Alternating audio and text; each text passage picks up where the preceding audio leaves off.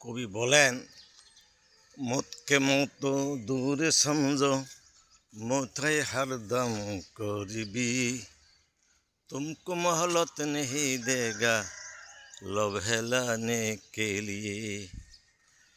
মৌত যখন হবে, টাকা গাড়ি বাড়ি সোনা চাঁদি কোটি টাকার সম্পদ ফালাইয়া কবরে চলে যেতে হবে। তখন তোমার এই সম্পদ কোনো কাজে আসবে না। ছেলে মেয়ে আত্মীয় স্বজন পাড়াপড়শি সবাই আসে আফসোস করবে, আর তোমার শেষ ঠিকানা 3.5 হাত মাটির করতেই হবে। এই জন্য আলেম ওলামা বলেন, কোরআন হাদিস রেফারেন্স অনুযায়ী, যে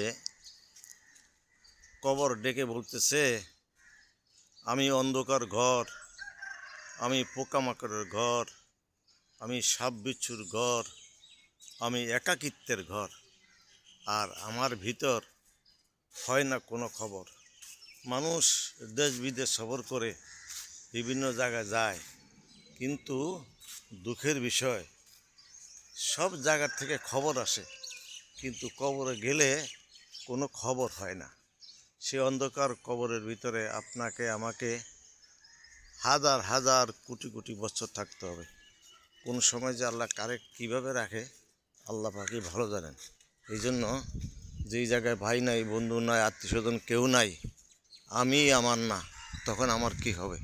এই কথা চিন্তা করে যদি আমরা ইবাদত বন্দি করি, আল্লাহকে ডাকি, তাহলে আল্লাহ আমাকে দুনিয়াতে আমার গুনাহ মাফ করে আমাকে জান্নাতবাসী করবে। তো বুদ্ধিমান তো ওই লোক যে দুনিয়া থাকতেই আখেরাতের কাজ করে নেয়। আর আমাদের সকলেরই দুনিয়া থাকিয়াই কবর, হাসর, মিজান, ফুলসেরাত এগুলা সারতে হবে। তাইলেই আমরা সুখী, আর তাহলেই আমরা বুদ্ধিমান হিসাবে গণ্য হব।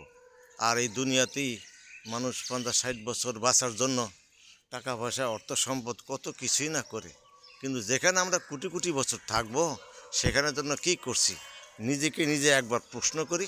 আর প্রশ্ন করলে আমি উত্তর পাইয়া দেব, আর উত্তর পাইলেই আমি দুনিয়া আখরাতের সম্বল কামাই করতে পারবো।